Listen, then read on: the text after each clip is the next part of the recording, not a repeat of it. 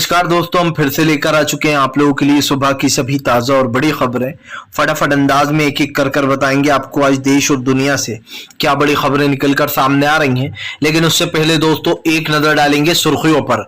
प्रधानमंत्री नरेंद्र मोदी के ऊपर गरजे राहुल गांधी। बोले अगर प्रधानमंत्री सच से नहीं भागते तो फिर आज तक जवाब क्यों नहीं दिया कि वो 20,000 करोड़ किसके हैं, अडानी के, जो बिजनेस में लगाए गए हैं। वहीं पर अगली बड़ी खबर में हम आपको बताएंगे दोस्तों, दरअसल आपको बताते चले बागेश्वर धाम के पर भड़की तेजस्वी यादव की बहन और तेज प्रताप। बता दिया बागेश्वर धाम को आतंकवादी। बताएंगे आखिरकार तेज प्रताप क्यों भड़के हुए बागेश्वर बाबा पे। वहीं पर अगली बड़ी खबर में हम आपको बताएंगे दोस्तों, डीके शिव कुमार हुए दिल्ली रवाना। बोले कभी भी कांग्रेस की पीठ में छुरा नहीं घोपूंगा, कभी कांग्रेस के साथ दगाबाजी नहीं करूंगा मैं। वहीं पर दोस्तों अगली बड़ी खबर में हम आपको बताएंगे ममता बनर्जी का ऐलान। बोले हम कांग्रेस के साथ हैं, बस कांग्रेस पश्चिम बंगाल में हमारे पीछे ना पड़े। आपको बताया दोस्तों ममता बनर्जी ने बड़ा ऐलान किया। बताएंगे क्या कुछ बोला है ममता बनर्जी ने। वहीं पर दोस्तों अगली बड़ी खबर में हम आपको बताएंगे जीतन राम मांझी का बड़ा बयान निकलकर सामने आया। बोले नीतीश कुमार के साथ खड़े, अंत तक खड़े रहेंगे, लेकिन अगर हमारे एमएलए ने किया तो हम कसम तोड़ भी सकते हैं। क्या ये बगावती सुर है? बताएंगे आखिरकार ऐसा क्यों बोल रहा है वो। वहीं पर दोस्तों अगली बड़ी खबर में हम आपको बताएंगे दोस्तों, दरअसल आपको बताते चले धीरेन्द्र शास्त्री को पीके ने बता दिया पाखंडी। बोले कोई भी पाखंडी आ जाए ये कह दे कि बाबा के दरबार में आने से महंगाई खत्म हो जाएगी या कोई जय श्री राम का नारा लगा दे तो इससे महंगाई खत्म नहीं होने वाली। बताएंगे जो है यहाँ पर क्यों ऐसा कुछ बोला है प्रशांत किशोर ने। वहीं पर अगली बड़ी खबर में हम आपको बताएंगे दिग्विजय सिंह का बीजेपी के ऊपर बड़ा हमला। बोले हम सनाती हैं, हिंदू धर्म नहीं है, हम बजरंग दल जो है उन्वादी और गुंडों की टोली है, इसको हम कहीं से सही नहीं ठहरा सकते हैं। वहीं पर अगली बड़ी खबर में हम आपको बताएंगे दोस्तों पीएम नरेंद्र मोदी को 2014 से 2024 तक लगेंगे अब झटके। बताएंगे आखिरकार कर्नाटक की जीत इतनी बड़ी जीत हुई है कि बीजेपी की 2024 की हार तय हो गई है। वहीं पर अगली बड़ी खबर में हम आपको बताएंगे दोस्तों बाबा बागेश्वर ने बुलाया तेजस्वी यादव को, तो तेजस्वी यादव बोले हमारे पास टाइम नहीं। जी हाँ, बताएंगे क्या कुछ बोला है, क्यों बागेश्वर बाबा बिहार में चर्चा का विषय बना हुआ है। वहीं पर अगली बड़ी खबर में हम आपको बताएंगे दोस्तों, आपको बता दें अब हिंदुत्व फैलाने के लिए एक और याचिका दायर। जी हाँ, आपको बता दें बोले मथुरा की शाही मस्जिद की सीढ़ियों के नीचे मूर्तियां दफन है। बताएंगे आखिरकार कौन है जो अब ये हिंदुत्व को नया बढ़ावा दे रहा है। तो तमाम खबरें फटाफट अंदाज में देंगे, एक एक कर देंगे। फिलहाल खैर चलिए बढ़ते हैं सबसे पहली और सबसे बड़ी खबर की ओर। दरअसल दोस्तों आपको बताते चले प्रधानमंत्री नरेंद्र मोदी के ऊपर गरजे राहुल गांधी। बोले देश की जनता ने दे दिया है जवाब, वो प्यार से चाहती है देश को, नफरत में नहीं। आपको बता दें राहुल गांधी का कहना है कि कोई भी देश नफरत से तरक्की नहीं कर सकता। अगर इस देश में तरक्की चाहिए तो हमें प्यार, मोहब्बत और भाईचारे से ही चलना होगा। राहुल गांधी ने कहा कि जो लोग नफरत की राजनीति करते हैं वो एक चीज समझ लें कि देश कभी भी नफरत से आगे नहीं बढ़ सकता, इसीलिए कर्नाटक की जनता ने हमारा साथ दिया। राहुल गांधी ने कहा कि नफरत की दुकान को बंद कर लोगों ने मोहब्बत की दुकान खोली। आपको बताते चले दोस्तों राहुल गांधी का यह नारा जब का है जब उन्होंने भारत जोड़ो यात्रा की थी। इस नारे का मतलब ये भी है कि राहुल गांधी को दोस्तों जितना सपोर्ट मिला कर्नाटक में, इससे ये साफ पता चलता है कि लोग दोस्तों भाईचारा, प्यार, मोहब्बत चाहते हैं। और जाहिर सी बात है कोई भी नहीं चाहेगा कि लड़ाई झगड़े, नफरतबाजी ये सब कुछ हो। प्रधानमंत्री नरेंद्र मोदी के ऊपर राहुल गांधी ने गरजते हुए कहा कि प्रधानमंत्री ने कभी भी मुद्दों की बात नहीं की, वो हमेशा जनता को भटकाते हैं, हमेशा धर्म की राजनीति करते हैं। कभी भी प्रधानमंत्री ने नहीं कहा कि महंगाई क्यों बढ़ रही है, इसका रीजन क्या है, कैसे ये महंगाई कम होगी। गरीबी, महंगाई, बेरोजगारी ये तमाम मुद्दे हैं जो देश में उठना चाहिए, लेकिन इन मुद्दों से बीजेपी भागती है। राहुल गांधी ने कहा कि क्या ये मुद्दे देश के मुद्दे नहीं है, क्या इन मुद्दों पर चर्चा नहीं होना चाहिए, लेकिन बीजेपी चर्चा करती है बजरंग दल पर दोस्तों, आप समझिए, और बजरंग दल को मोड़कर बजरंग बली पर कन्वर्ट कर देती है। जबकि बजरंग बली दोस्तों आप समझिए एक अलग चीज है, और बजरंग दल से उनको कंपेयर करना ये अपने आप में ही दोस्तों गिरीवी हरकत है, क्योंकि बजरंग दल दोस्तों गुंडों की टोली है जो कि लगातार गुंडागर्दी फैलाते हैं। अभी कांग्रेस के ऑफिस में तोड़फोड़ मचाई थी जो है बजरंग दल के लोगों ने। चलिए बढ़ते हैं एक और अगली बिग ब्रेकिंग की तरफ। बता दोस्तों अगली जो बड़ी खबर निकल कर आ रही है आपको बताते चले दोस्तों, भारतीय जनता पार्टी के ऊपर गरजे असदुद्दीन ओवैसी। बोले नफरत फैलाने में बीजेपी सबसे आगे, देश में नफरत को दे रही है बढ़ावा। आपको बताते चले असदुद्दीन अजहरुद्दीन ओवैसी ने बीजेपी को घेरते हुए कहा कि क्या बागेश्वर बाबा जैसे लोगों को बीजेपी बढ़ावा नहीं देती है। हालांकि जब ओवैसी से पूछा गया इनके बारे में कि आप क्या सोचते हैं, तो ओवैसी ने कहा कि वो बात करने का मुद्दा नहीं है, मतलब मैं बाबा बागेश्वर पे कुछ नहीं कहना चाहता, लेकिन उन्होंने इशारों में कह दिया कि बीजेपी नफरत को बढ़ावा दे रही है। आपको बताते चले, ओवैसी ने कहा कि मदरसों को गिराकर आप बताना क्या चाहते हो।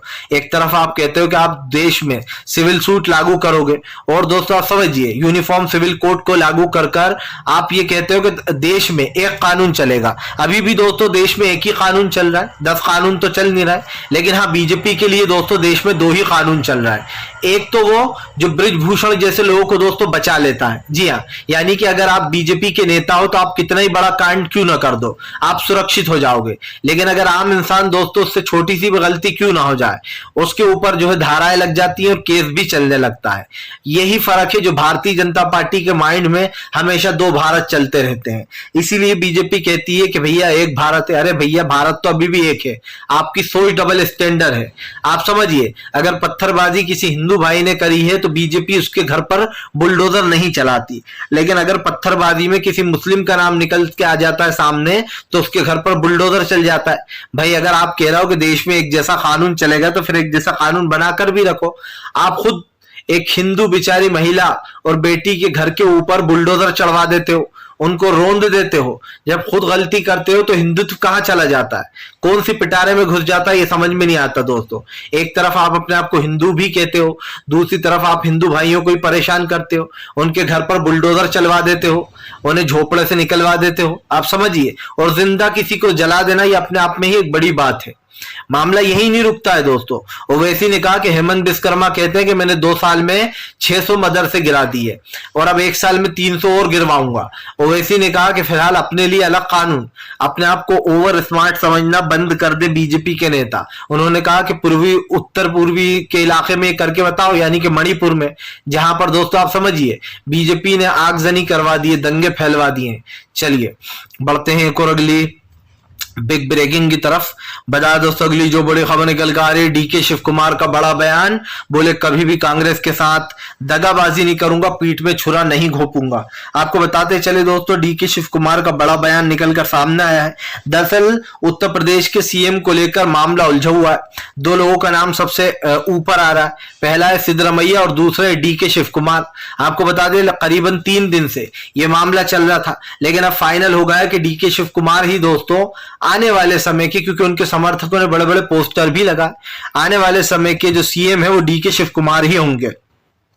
मामला यही नहीं रुकता है दोस्तों, डीके शिव कुमार और सिद्धरमैया में मुकाबला चल रहा है। इन दोनों के समर्थक आपस में कह रहा है, एक कह रहा है डीके शिव कुमार बनेंगे, दूसरा कह रहा है सिद्धरमैया बनेंगे। लेकिन दोस्तों डीके शिव कुमार पर इसलिए भरोसा जताया जा सकता है क्योंकि डीके शिव कुमार कांग्रेस के साथ लगभग लंबे समय से, और उन्होंने जितनी मेहनत की है ये साफ दिखाई दे रहा था। यही कारण है दोस्तों जो डीके शिव कुमार को ही सीएम का चेहरा चुना जाएगा। इसका सबसे बड़ा रीजन ये था दोस्तों कि डीके शिव कुमार का नाम इसलिए सामने आ रहा था क्योंकि सबको पता था, ज्यादातर लोगों को, कि डीके शिव कुमार ने ही और कहीं ना कहीं कर्नाटक का दोस्तों एक माहौल सेट किया था।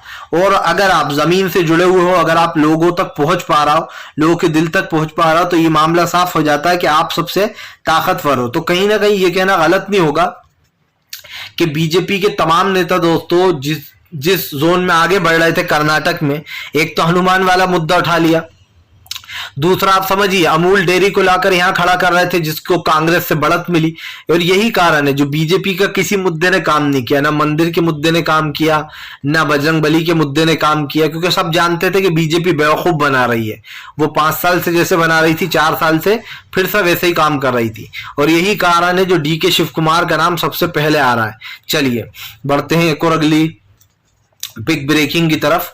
बता दोस्तों अगली जो बड़ी खबर निकल कर आ रही है, आपको बताते चले दोस्तों, जीतन राम मांझी के बदले सुर आखिरकार नीतीश कुमार को क्यों दे रहा है धमकी, समझ में नहीं आ रहा है। दरअसल दोस्तों जीतन राम मांझी जो कि नीतीश कुमार के साथ गठबंधन में है, अब उनका एक बयान निकलकर सामने आया। जीतन राम मांझी का कहना है कि नीतीश कुमार हमें काफी इज्जत देते हैं, प्यार देते हैं, हम हमेशा उनके साथ खड़े हुए हैं, हमेशा उनके साथ रहेंगे। लेकिन दोस्तों जीतन राम मांझी ने बीच में एक बात कह दी, उनका कहना है कि हमारे समर्थक जिस दिन कह देंगे बोलेंगे कि छोड़ दो, उस दिन हम कसम तोड़कर नीतीश कुमार से अलग हो जाएंगे। अब इसका मायने दोस्तों एक धमकी की तरह माना जा रहा है इसको कि आखिरकार बिहार में चल क्या रहा है। आप समझिए जीतन राम मांझी का ये बयान थोड़ा सा धमकी भरा लेजा लग रहा है। आपको क्या लगता है कमेंट बॉक्स में जरूर बताइएगा। चलिए बढ़ते हैं एक और अगली बिग ब्रेकिंग की तरफ। बता दोस्तों अगली जो बड़ी खबर निकल कर आ रही है, आपको बता दें बिहार में मची अफरा तफरी, बाबा बागेश्वर धाम को लेकर भड़के तेज प्रताप और उनकी बहन रोहिणी आचार्य।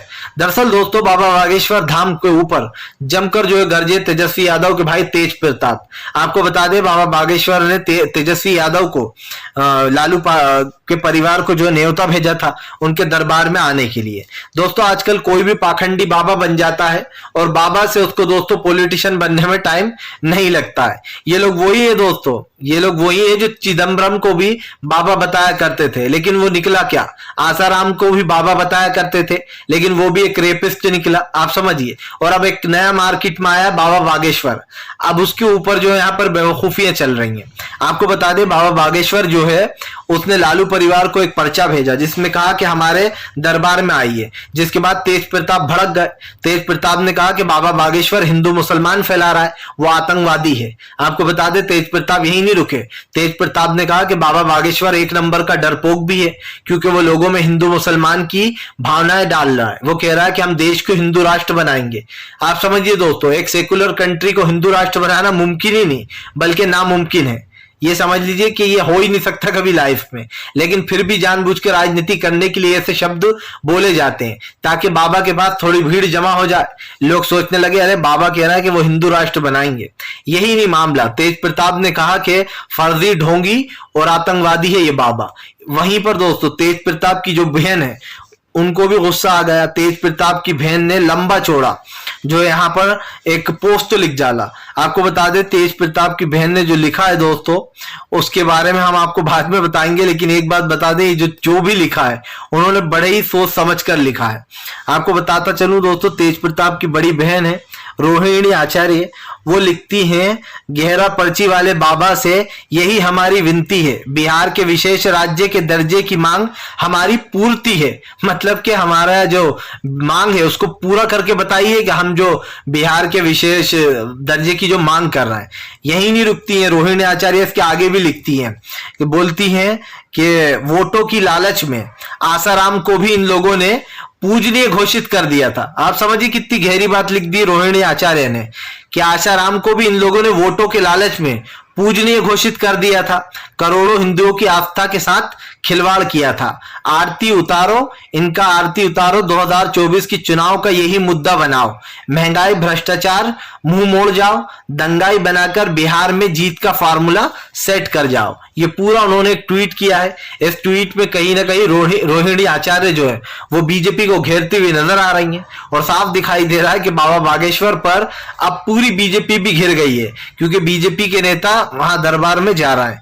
चलिए बढ़ते हैं एक और अगली बिग ब्रेकिंग की तरफ। बता दोस्तों अगली जो बड़ी खबर निकल कर आ रही है आपको बताते चले दोस्तों, कर्नाटक के बाद अब प्रियंका गांधी का मिशन एमपी। जी हां, कर्नाटक के बाद अब बीजेपी एमपी से होगी रफा दफा। दरअसल दोस्तों आपको बताते चले एमपी में अब शिवराज सिंह चौहान की सरकार चल रही है। ऐसे में अब फिर से एक बार प्रियंका गांधी एक्टिव हो गई। आपको बताते चले दोस्तों प्रियंका गांधी का कहना है कि फिलहाल मध्य प्रदेश में भ्रष्टाचार फैला रखा है और इस भ्रष्टाचार को हम खत्म करके रहेंगे। आपको बताता चलूं पिछली बार जब राहुल गांधी पिछले साल आए थे 2019 में, तब राहुल गांधी का जलवा देखने को मिला था। यहां पर मध्य प्रदेश में शिवराज सिंह चौहान की सरकार चली गई थी और कांग्रेस ने अपनी सरकार बना ली थी, लेकिन बीच में ज्योतिरादित्य सिंधिया ने कांग्रेस को धोखा दे दिया और 1 से 1.5 साल सरकार चलने के बाद वो कई विधायकों को ले उड़े, जिसका नतीजा ये हुआ कि कांग्रेस की सरकार गिर गई। अब फिर से एक बार दोस्तों आपको बता दें 4 से 5 महीने बाद मध्य प्रदेश में चुनाव है। उससे पहले ही प्रियंका और राहुल ने अपना फॉर्मूला सेट कर लिया है। दरअसल दोस्तों अब मोदी बनाम भ्रष्टाचार, अब ये हो गया मेन मुद्दा। आपको बताते चले कांग्रेस को वो मुद्दा मिल गया है जिससे मोदी मैजिक का तोड़ तो निकाल ही लिया, लेकिन बीजेपी का भ्रष्टाचार भी उजागर हो रहा है। बीजेपी को 2 चीजें दोस्तों बड़ी बुरी तरीके से इफेक्ट कर रही हैं। पहला ओबीसी यानी कि जो ओल्ड पेंशन योजना है उसमें बीजेपी लगातार घिर रही है और कांग्रेस को सफलता मिल रही है। दूसरा मुद्दा दोस्तों महंगाई, भ्रष्टाचार, गरीबी और बेरोजगारी, ये दो मुद्दे से कांग्रेस चुनाव में उतर रही है और जीत भी रही है। अब यही मुद्दा, वो फॉर्मूला जो है वो मध्य प्रदेश में भी अपनाएगी। जाहिर सी बात है मध्य प्रदेश में भी करप्शन लगातार बढ़ता चला जा रहा है, और जिस तरीके से दोस्तों करप्शन बढ़ रहा है, इसको लेकर कहीं ना कहीं अभी से ये मामला सेट कर लिया गया है। आपको बता दें प्रियंका गांधी में दोस्तों अपनी दादी प्रियंका जो है यहाँ पर इंदिरा गांधी की तरह दिखाई देती हैं। ऐसे में कई लोग उनको इंदिरा अम्मा भी बोलते हुए नजर आते हैं। यही नहीं दोस्तों, कमलनाथ ने कहा कि हमने जो है यहाँ पर वोटों की से सरकार बनाई थी, इन्होंने नोटों से सरकार बना ली। कमलनाथ ने बीजेपी के ऊपर हमला बोलते हुए कहा कि फिलहाल हमारी जो वोटों की सरकार थी, इन्होंने नोटों से खरीदकर उसे गिरा दिया। लेकिन जनता अब 2023 में जवाब देगी। आपको बताते चले दोस्तों 4 से 5 महीने बाद चुनाव है। ऐसे में ये कहना गलत तो नहीं होगा कि लगभग 2024 की शुरुआत में समझ लीजिए, क्योंकि शुरुआत के लगभग में ही ये चुनाव आना है। ऐसे में जो है यहाँ पर लोकसभा चुनाव को लेकर भी राजनीति तेज हो गई है। तमाम विपक्षी पक्ष एक दूसरे के ऊपर हमलावर है। जहां एक तरफ बीजेपी हिंदुत्व को अपना फिर हथियार बनाएगी, तो वहीं दूसरी तरफ कांग्रेस बीजेपी के भ्रष्टाचार को उजागर करेगी। मतलब साफ है दोस्तों, अभी भी हिंदुत्व वर्सेस भ्रष्टाचार, इस पर ही चुनाव होगा। जाहिर सी बात है जो देशभक्त लोग हैं वो भ्रष्टाचार पर वोट देंगे, और जो दोस्तों अंधभक्त हैं वो हिंदुत्व पर देंगे वोट। तो ये कहना गलत नहीं होगा कि अंधभक्त वर्सेस देशभक्तों में अब चुनाव होगा। फिलहाल चलिए बढ़ते हैं एक और अगली बिग ब्रेकिंग की तरफ। बता दोस्तों अगली जो बड़ी खबर निकल कर आ रही है, आपको बताते चले दोस्तों भारतीय जनता पार्टी के ऊपर लगा दोस्तों एक और बड़ा झटका। राहुल गांधी को मिली पटना हाईकोर्ट से राहत।